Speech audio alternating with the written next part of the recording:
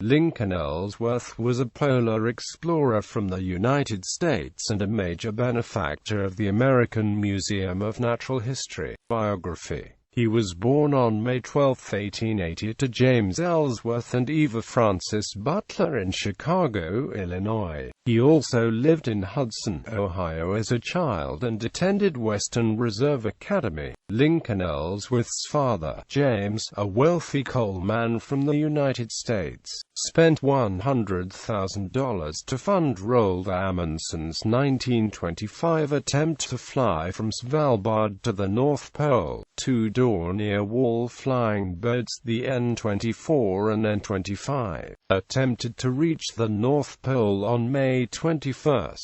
When one airplane lost power, both made forced landings and, as a result, became separated. It took 3 days for the crews to regroup and 7 takeoff attempts before they were able to return N-25 to the air 28 days later. In early March 1926, under the headline, "Across the Pole by Dirigible," the New York Times announced the Amundsen-Ellsworth expedition. A long article in the same edition was headed, "Massed Attack on Polar Region to Begin Soon." Ellsworth accompanied Amundsen on his second effort to fly over the pole in the airship Norge, designed and piloted by the Italian engineer Umberto Nobile, in a flight from Svalbard to Alaska. On May 12, the geographic North Pole was sighted. Ellsworth made 4 expeditions to Antarctica between 1933 and 1939, using as his aircraft transport and base a former Norwegian herring boat that he named Wyatt Earp after his hero. On November 23, 1935, Ellsworth discovered the Ellsworth Mountains of Antarctica when he made a trans-Antarctic flight from Dundee Island to the Ross Ice Shelf. He gave the descriptive name Sentinel Range, which was later named from the northern half of the Ellsworth Mountains. During the flight, his aircraft ran out of fuel, forcing a landing near the Little America camp established by Richard Byrd.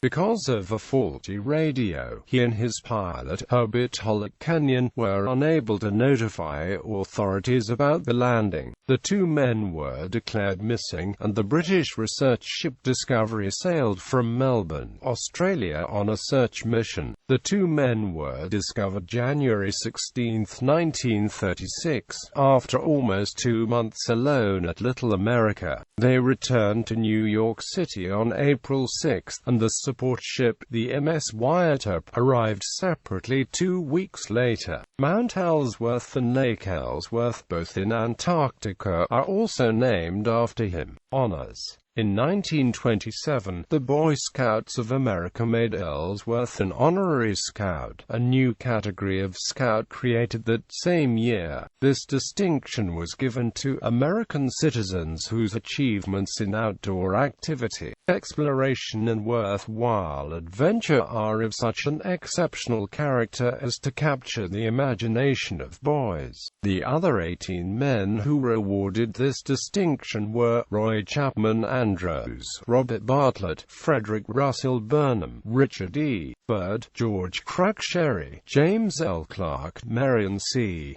Cooper, Louis Agassiz Fuertes, George Bird Grinnell, Charles A. Lindbergh, Donald Baxter McMillan, Clifford H. Pope, George Palmer Putnam, Kermit Roosevelt, Carl Rungius, Stuart Edward White, Orville Wright. The Boy Scouts Book of True Adventure, 14 Honorary Scouts, includes an essay, The First Crossing of the Polar Sea, by Lincoln Ellsworth. The United States Postal Service once produced a stamp with his picture. To this day, the high school teams in Hudson, Ohio, are named the Explorers, after Ellsworth. In 1928, Ellsworth was awarded a Congressional Gold Medal that honored both his 1925 and 1926 polar flights. 8 years later, in 1936, he was awarded a second medal for his claims on behalf of the United States of approximately 350,000 square miles in Antarctica, and for his 2,500-mile aerial survey of the heart of Antarctica. He thus became one of only 4 people to be awarded 2 congressional gold medals.